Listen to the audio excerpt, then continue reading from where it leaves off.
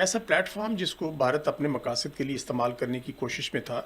تاکہ ایک counter pressure کے طور پہ ایس سی او کو استعمال کر کے امریکہ سے جو رائت جو کنسیشنز ہیں وہ لی جا سکے. امریکن پریزیڈنٹ نے یہ کہا کہ انڈیا نے ہم کو آفر کیا zero tariffs on part of India, لیکن انہوں نے کہا بہت دیر ہو چکی ہے، یہ ان کو بہت پہلے کر لینا چاہیے تھا. تو اب یہ جو اتنے بڑے پلیٹ فارم کے اوپر یہ جو پوائنٹس ریز کیے جا رہے ہیں جن کو ہم کہہ سکتے ہیں کہ جو پاکستان سینٹرک بھی ہیں اور پاکستان کے کنسرنس کو بھی ریفلیکٹ کرتے ہیں. How important these major developments are in your opinion? یہ بہت بڑی ڈیولپمنٹ ہے کہ بھارت کو باڈی لینگویج دیکھیں مسٹر مودی کی during the S C O session, وہ صاف نظر آ رہا ہے کہ مودی نے رشیا کو اور چائنا کو گلوبل ساؤتھ کا لیڈر مان لیا ہے. کا ٹرینڈ دیکھیں مودی ریجیم کا، تو جب آپریشن بنیان المرصوص ہوا تو یہ بھاگے گئے ان ممالک کی طرف جن سے ترکی اور آذربائیجان کے اچھے تعلقات نہیں ہیں، جیسے کہ آرمینیا اور سائپرس، الائنس بنانے کے لیے. اور ابھی جب امریکہ سے انہیں اصولوں کی بنیاد پہ، امریکن پریزیڈنٹ کی بات بالکل ٹھیک ہے، بھارت اتنا ٹیرف لگا رہا ہے اتنے دہائیوں سے ان پہ،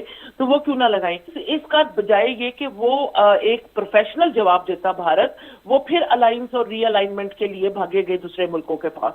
جبکہ انہی ملکوں کے مفادات کے اگینسٹ انہوں نے اسٹریٹجک نان الائنمنٹ آپ کہہ لیں یا اسٹریٹجک انڈیپینڈنس کہہ لیں، فریڈم، اس طرح کی پالیسیز بنائی. At the end of the day وہ پالیسیز کامیاب نہیں ہوئی. مجھے نہیں لگتا کہ بھارت کو اس قسم کی اب ڈبل پالیسی،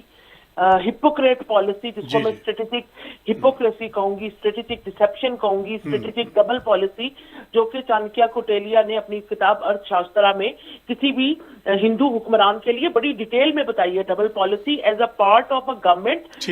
گورننس، تو اس کے استعمال سے کوئی فائدہ ہونے والا ہے